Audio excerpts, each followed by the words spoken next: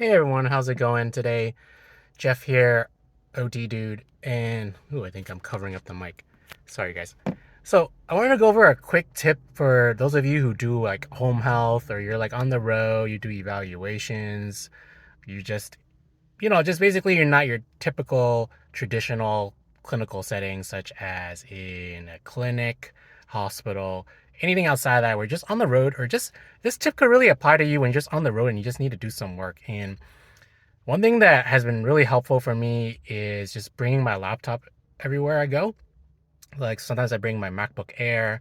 If I go to just, more sketchy places and I just leave my computer in the trunk, I bring my Chromebook with me, which is like less expensive.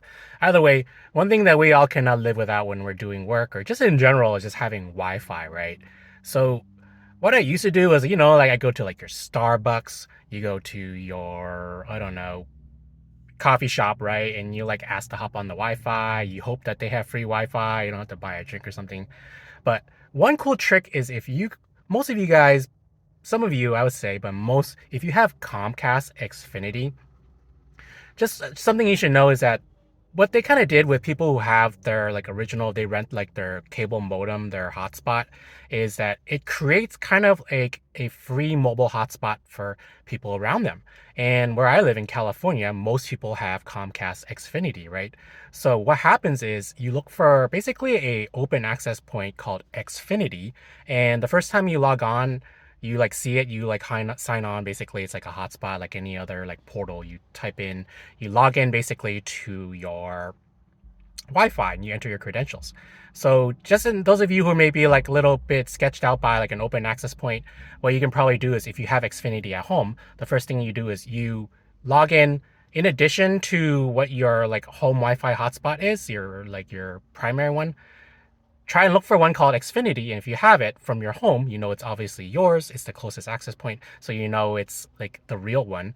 So what you do is you sign on to this one and then enter your credentials, and it's usually your like login and password for your Xfinity account, and you only need to enter this once, and it'll remember that hotspot. And sometimes I think their newer system requires that you download kind of like a profile. It has instructions, but you can Google how to do that. It's pretty straightforward. Like it's called like a profile for Comcast Xfinity. You like download a file or something and just enter the credentials. At least I did that for my Mac once. And once it's pretty straightforward, you can Google it.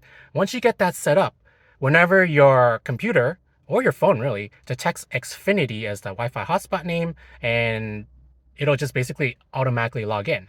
So what I have been able to do actually is just drive into like even a McDonald's or Starbucks, and sometimes they have like Comcast Xfinity and it automatically logins. I don't even need to mess around with logging in and like figure out like, well, what's the Wi-Fi password? But another real cool trick is, well, if you're doing like home health, you're going to be by people's houses, right? So all you really need to do is just drive really close.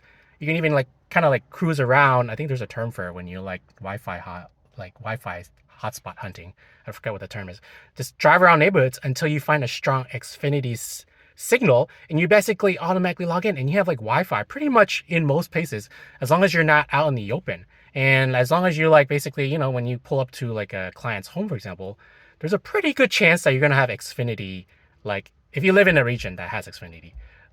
So long story short, that's a really cool way to just save time and automatically get free Wi-Fi without having to just waste time. And sometimes the signal may not be as strong, but it's usually good enough for me to like just send an email out or just type something up or just like do some simple correspondence or just write a quick soap notes. So hope that helps, and let me know some of you guys' tips for being out on the road, for doing home health and that kind of thing for occupational therapy.